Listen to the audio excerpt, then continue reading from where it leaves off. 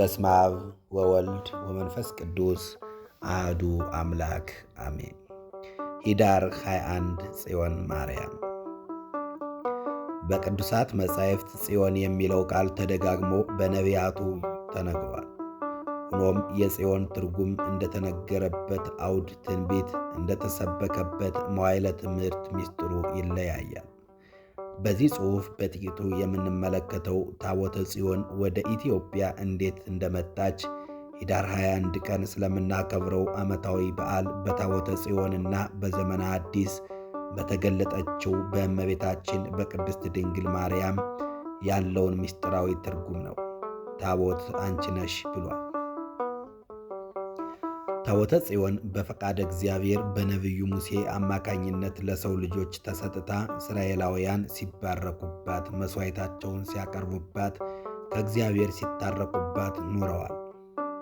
ከ4327 ዓመተ ዓለም ጀምሮ ለ40 ዓመታት ያህል እስራኤላውያንን በክህነት ያገለግል የነበረው ካህኑ ኤሊ ዕድሜው ሲገፋ ሁለት ልጆቹን ጠርቶ ምሉዕና ዱግ ዋናና ምክትል አድርጎ ሾሟቸው። በደብተራ ኦሪት ታቦተ ጽዮንን የሚያገለግሉ የተሾሙት ሁለቱ ወጣት ካህናት አፍኒንና ፊናስ ፈቃደ እግዚአብሔርን ተላልፈው 3 ታላላቅ በደሎችን ፈጸሙ። የመጀመሪያው በደል በሙሴ ሥርዓት በቀዳማይ ሰዓተ ሌሊት በርታ በቀዳማይ ሰዓተ መዓልት የምትጠፋ መብራት እንድትቀመጥ የተሠራ ሥርዓት ነበረ። ሆኖም አገልግሎት ከሌለ ሲበራ ማደሩ ለምን ብለው መቅረዙን አነሱ፣ መብራቱንም አጠፉ። ሁለተኛ ለራሳቸው ሥጋዊ ጥቅም ቅድሚያ ሰጥተው ለመሥዋዕት እንዲሆን ከመጣው እንስሳ ታርዶ ስቡ ሳይጤስ ደሙ ሳይፈስ ሥጋውን እየመረጡ ተመገቡ። በሦስተኛው ጸሎት እናደርሳለን፣ ሥርዓተ አምልኮ እንፈጽማለን ብለው ወደ መገናኛው ድንኳን ይመጡ ከነበሩት እስራኤላውያን ቆነጃጅት ጋር በዝሙት ወደቁ። አባታቸው ካህኑ ኤሊም የልጆቹን በደል እያየ እንዳላየ እየሰማ እንዳልሰማ ቸል በማለቱ እግዚአብሔር አዘነ።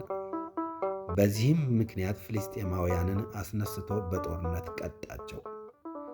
ዕብራውያን በጦርነት ውሎ ያለ ልማዳቸው በአሕዛብ ተሸነፉ።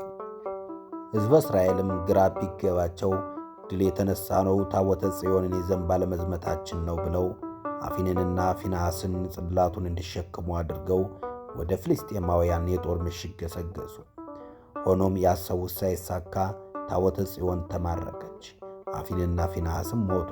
ዕብራውያንም በጦርነቱ ድል ተደረጉ።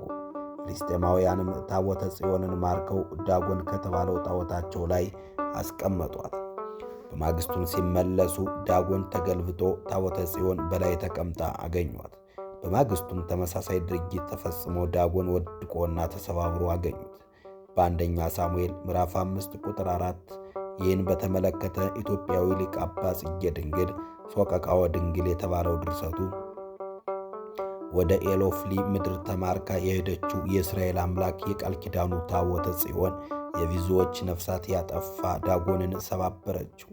ድንግል ማርያምም ሁሉን ማድረግ ከሚችለው ከልጇ ጋር ግብፅ ወደሚባል አገር በሄደች ጊዜ የሐሰተኛ ሰይጣን ዙፋኖች የሆኑ የግብፅ ጣዖታት ፈረሱ፣ ጠንቋይ አስጠንቋይ ያላቸው ሁሉ አፈሩ በማለት በንጽጽር አስቀምጦታል።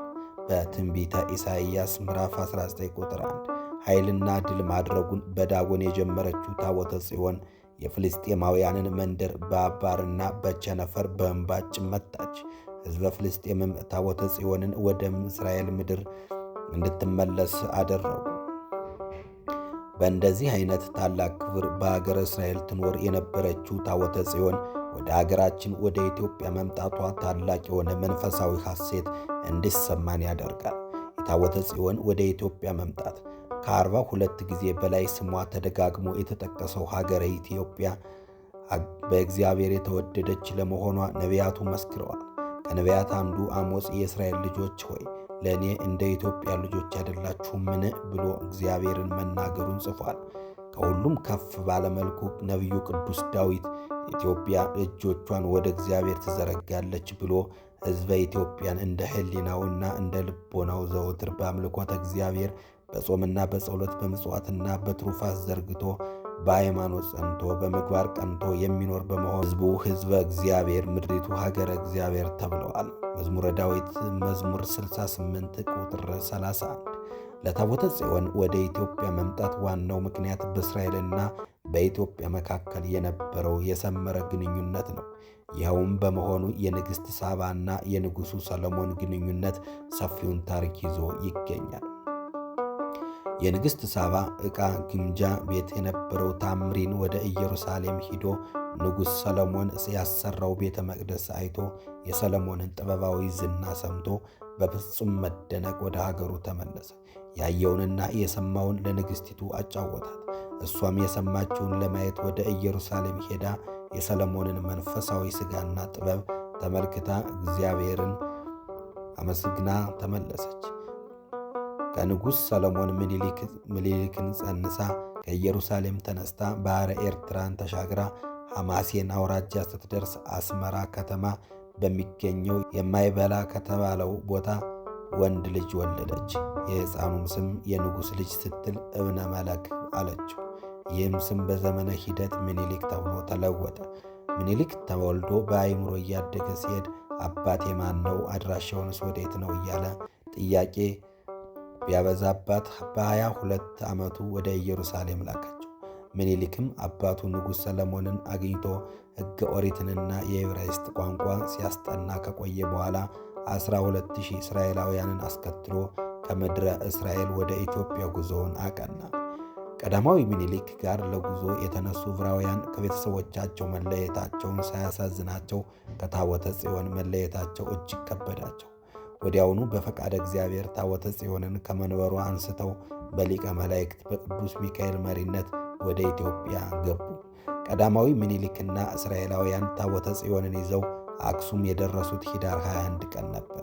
ንግሥተ ሳባም የታቦተ ጽዮንን ወደ ኢትዮጵያ መምጣት በጣም ስላስደሰታት በክብር ተቀበለቻቸው። ወአንበርዋ ውስተ ሕፅነ ደብረ ሀገረ ማክዳ እንዲል በአክሱም ከተማ መካከል ደብረ ማክዳ ዛሬ ቤተ ጊዮርጊስ ከሚባለው ላይ ደብተራ ኦሪት ሰርተው አስቀመጧት። አሁን ያለው ሕንፃ ቤተ ክርስቲያን በዘመናዊ ዕቅድ የታነጸው የአክሱም ጽዮን ገዳም ቅዳሴ ቤቱ ጥር 30 ቀን 1957 ዓ.ም ግርማዊ ንጉሠ ነገሥት ቀዳማዊ አፄ ኃይለ ሥላሴ፣ ግርማዊት ንግሥት ኤልሳቤጥ፣ የታላቋ ብሪታንያ ንግሥትና ልዑል ፊሊፕ ከክቡር ባለሟሎቻቸው ጋር በተገኙበት ተከብሯል። ኅዳር ጽዮን በአክሱም። አክሱም ማርያም ጽዮን በኢትዮጵያ ውስጥ ለሚገኙት አብያተ ክርስቲያናት ሁሉ መሠረታቸው ስትሆን ከኢትዮጵያውያን የኢትዮጵያ ሥልጣኔ መነሻ ናት። አክሱም በሕገ ልቦና የጸናች ሕገ ኦሪትን የፈጸመች በሕገ ወንጌል ያመነች ናት። ለዚህ ነው ሕግ ይወጽም ጽዮን ከጽዮን ሕግ ይወጣል የሚለው ጥቅስ የሚነገረው። በዓለ ልደትን በላሊበላ ጥምቀትን በጎንደር ኅዳር ጽዮንን በአክሱም ጽዮን ሲያከብሩት ልዩ የሆነ ሥርዓት ስለሚቀርብባቸው ምዕመናን መንፈሳዊ ደስታ ይሰማቸዋል።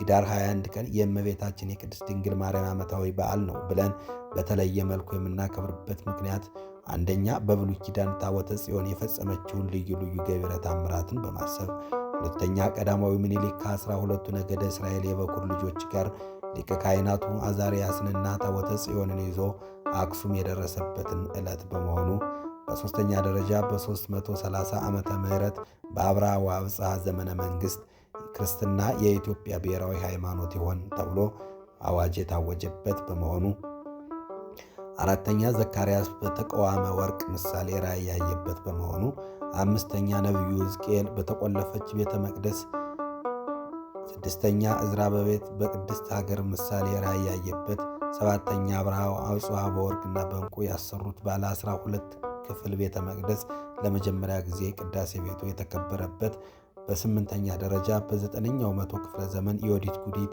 አብያተ ክርስቲያናትን ስታቃጥል ታቦተ ጽዮንን ይዘው ወደ ዝዋይ ሐይቅ ከተሰደዱ በኋላ በዘመነ ሰላም ሲጀመር አክሱም በነበሩት ካህናት አስተዋሽነት ከዝዋይ ወደ አክሱም የገባችበት ዕለት በመሆኑ በርዕሰ አድባራትና ወገዳማት አክሱም ጽዮን ከፍ ባለመልኩ መንፈሳዊ በዓል እናከብራለን። ይህ ሲባል ግን በዓሉ የሚከበረው በአክሱም ጽዮን ማርያም ብቻ ነው ማለት ሳይሆን ታቦተ እግዝእትነ ማርያም ባለችበት ቦታ ሁሉ መከበሩን ልብ ማለት ያስፈልጋል።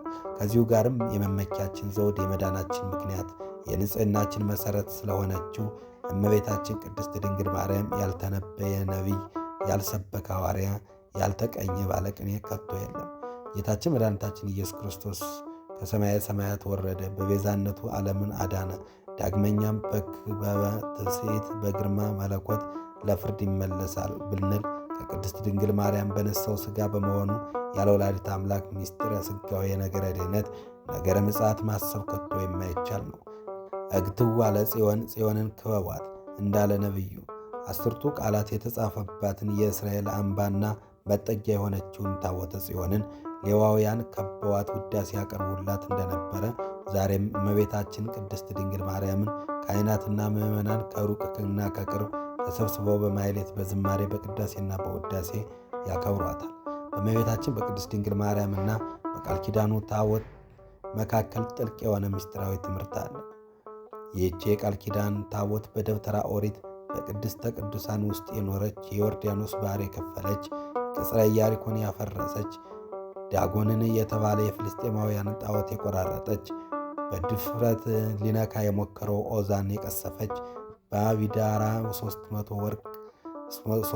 3 ወር ተቀምጣ ቤቱን በበረከት የመላች፣ ዳዊት የዘመረላት፣ ጠቢቡ ሰለሞን በቤተ መቅደስ በክብር ያኖራት የእግዚአብሔር የክብር መገለጫ ናት። በታቦተ ጽዮንና በዘመነ አዲስ የተገለጠችው በቅድስት ድንግል ማርያም መካከል ያለውን ረቂቅና ድንቅ ምስጢራዊ ንጽጽር አስመልክቶ ሐዋርያዊ ሊቅ ቅዱስ ኤፍሬም ታቦት በወርቅ ለውጥም ኩሌ ዘግቡር እምዘ ይነቅዝ ከማይነቅዝ እንጨት የተቀረጸ በውስጥ በአፋ በወርቅ የተለበጠ እመቤታችን ቅድስት ድንግል ማርያም ንጽሐን ጠባይ ሳያድፍባትና የቅድስና ባህሪ ሳይጎድፍባት በማየት በመስማት በመዳሰስ በማሽተትም አንዳችም እድፍ ጉድፍ ሳያገኛት በንጽሕናና በቅድስና ጸንታ በኃጢአት ሳትለወጥ ኖራለች። ጠቢቡ ሰለሞንም አልብኪ ነውር ወኢምንትኒ ላዕሌኪ፣ ምክንያታዊ ነውር ኃጢአት የሌለብሽ የኃጢአት ሽታ ያልደረሰብሽ ንጽሕት ድንግልና ስርጉት በቅድስና ክብርት በልዕልና አንቺ ነሽ። ታቦተ ጽዮንን በከበረ ወርቅ እንደተሸለመች እመቤታችን ቅድስት ድንግል ማርያም በንጽሐ ሥጋ በንጽሐ ነፍስና በንጽሐ ልቦና የተሸለመች ያጌጠች መሆኗን ያጠይቃል። ታቦተ ጽዮን የቃለ እግዚአብሔር ማደሪያ እንደሆነች ቅድስት ድንግል ማርያም ለአካላዊ ቃል ለእግዚአብሔር ወልድ ማደሪያ ሆናለች። ይህንንም ቅዱስ ኤፍሬም ሲያስረዳ ኮንኪ ታቦቶ ለፈጣሪ ሰማያት ወምድር ጾርኪዮን በከርስኪ ተሳታውራ አንቲ ማይምንት ለዘያገምርዎ ሰማያት ወምድር። ድንግል ማርያም ሆይ ሰማይና ምድር ለፈጠረ አምላክ ለእርሱ ማደሪያ ሆንሽ። 9 ወር ከ5 ቀን በማኅፀንሽ ቻልሽው ተሸከምሽው። ሰማይና ምድር የማይወስኑት ለመወሰን የታመንሽ አንቺ ነሽ ብሎ ተቀኝቶላታል። ስለሆነም ከብሉይ ኪዳን እስከ ሐዲስ ኪዳን እግዚአብሔር ራሱ የገለጠበት የቸርነት በዓል እግዚአብሔር በፈቀደልን ቦታ ሆነን ስናከብር ከእኛ የሚጠበቀው በጎ ነገር እያሰብን በተግባር እየገለጥን ከበዓሉ ረድኤትና በረከት ተሳታፊ እንድንሆን ዘንድ የእግዚአብሔር ቸርነት የእናቱ የቅድስት ድንግል ማርያም አማላጅነት አይለየን። የቅዱሳን ሁሉ ጸሎትና ምልጃ አክሊልና ጉልላት በሆነው በእናታችን በወላዲተ አምላክ ቅድስት ድንግል ማርያም ጸሎት ሁላችንም ይማረን። ወስብሐት ለእግዚአብሔር ወለወላዲቱ ድንግል ወለመስቀሉ ክቡር። ይቆየን።